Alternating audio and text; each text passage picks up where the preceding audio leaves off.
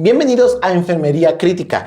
Este canal, justamente como te lo mencioné, mi canal principal, vamos a ver todo lo que vendría siendo acerca de cuidados críticos, terapia intensiva, todo lo de la UCIA, todo sobre la unidad de cuidados intensivos, tanto adultos, y vamos a ver si abarcamos algo neonatal. Pero en este caso vamos a calcular el índice de shock. Para poder sacar el índice de shock requiero dos parámetros importantes en signos vitales.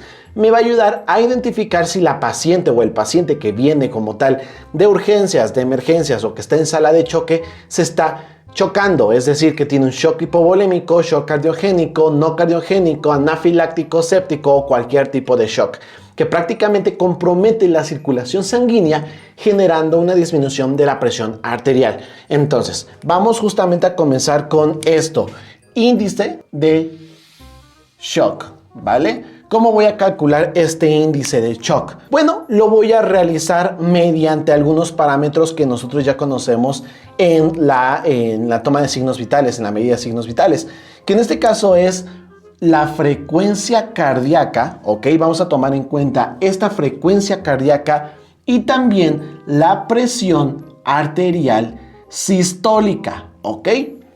¿Por qué me voy a interesar mucho en todo esto? Bueno, la frecuencia cardíaca por los latidos por minuto que tiene el corazón, y en este caso la presión arterial sistólica, porque a partir de este parámetro yo voy a identificar si el corazón se está esforzando de más, y obviamente entre más se esfuerce prácticamente va a mandar un menor volumen de sangre a todo mi cuerpo. La fórmula para poder sacar el índice de shock prácticamente es la frecuencia cardíaca sobre la presión arterial sistólica. Así de sencillo. ¿Por qué? Porque así nosotros podemos calcular el índice de shock a partir de estos dos parámetros. Supongamos que yo tengo a un paciente, voy y le mido los signos vitales y tiene 102 latidos por minuto de frecuencia cardíaca. En este caso le mido la presión arterial y presenta una presión arterial, supongamos de, yo qué sé, 92 sobre 65, ¿no? Que a ver, vamos aquí a colocarlo, 112 de frecuencia cardíaca y tiene una presión arterial total de 92 sobre 65 milímetros de mercurio, ¿ok? Nosotros vamos a tomar estos dos parámetros y vamos a dividir la frecuencia cardíaca entre la presión arterial sistólica, ¿ok? Y justamente vamos a tener aquí un resultado. El resultado es 1.21, ¿ok? Este como tal es mi resultado. Ahora, ya que saqué todo esto, Toño, ¿de dónde me sacas con que este paciente a lo mejor se está chocando o no? Bueno, porque los valores de referencia normales, el valor de referencia normal va de 0.5 a 0.7, ¿ok? El resultado. Es decir, que un paciente que no tiene shock, que nos está chocando, va a tener estos valores. Pero, ¿qué pasa si yo tengo por arriba de 1, ¿ok? Algunas bibliografías incluso te lo abarcan por arriba también del 0.9. Algunas bibliografías también te lo marcan así.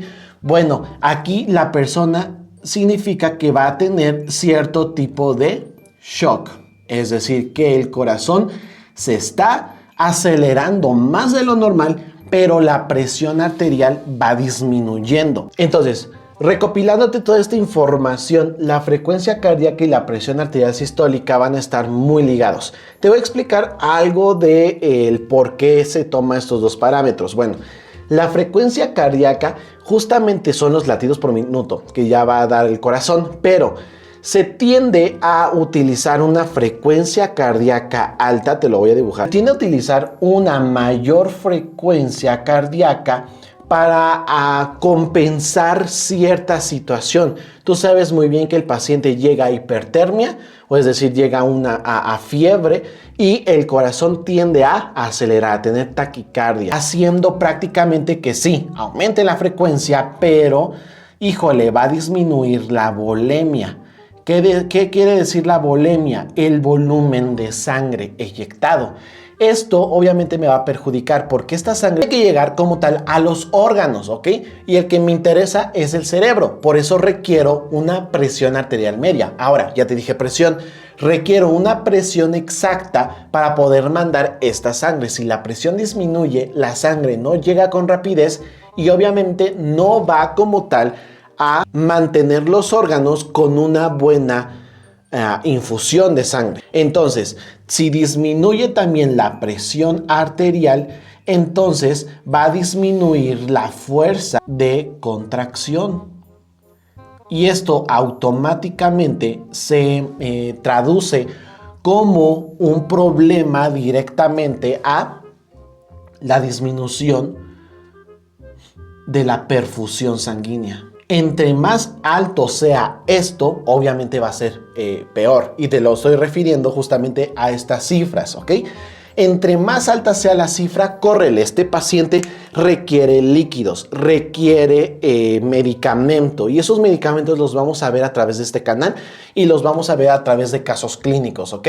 Así va a funcionar el índice de shock y nosotros lo podemos calcular de esta forma. La explicación justamente va de la mano por la frecuencia cardíaca, sobre todo por el aumento de la frecuencia cardíaca, una disminución de la volemia. De por sí a lo mejor en una hemorragia disminuye como tal la volemia sanguínea porque pues obviamente el paciente se está desangrando y pues la presión arterial tiende a disminuir porque disminuye la volemia, también pierde fuerza de contracción del corazón y la perfusión sanguínea hacia los órganos va a caer. Entonces ahí es donde el paciente va a presentar presiones arteriales bajas y esto obviamente también se traduce a presión arterial media baja, que recuerda que la presión arterial media baja por debajo de los 60 milímetros de mercurio ya no es una muy buena perfusión y te estoy hablando que esto es a nivel cerebro. Por eso se requieren medidas neurológicas para poder tratar específicamente este shock, poder mantener como tal la volemia y mantener como tal la sangre dentro de su lugar. Esto se requiere mucho en urgencias y lo vemos en pacientes que requieran transfusiones sanguíneas urgentes, cargas hidroelectrolíticas, que en este caso es por ejemplo la Ringer lactato, la Harman, que le pasas una carga y vamos a darle más cargas a través de 1 hora, 2 horas, 3 horas.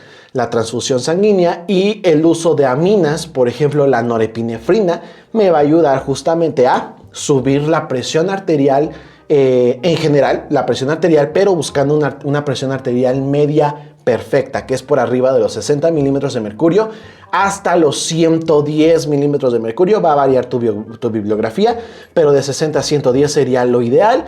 Y pues obviamente mantener una presión arterial adecuada y una disminución de la frecuencia cardíaca.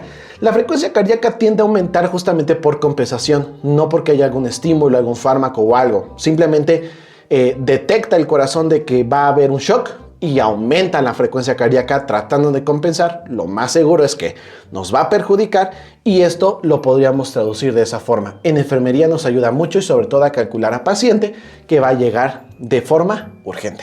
Espero que te haya gustado el video, que te haya servido demasiado. Primer video de enfermería crítica, espero que te estén gustando y pues suscríbete al canal, eso es lo importante. Suscríbete a mis otros canales de enfermería, Todos Somos Enfermería, Anatomía en Enfermería y también qué es lo que le pasa a tu cuerpo si tienes tal enfermedad.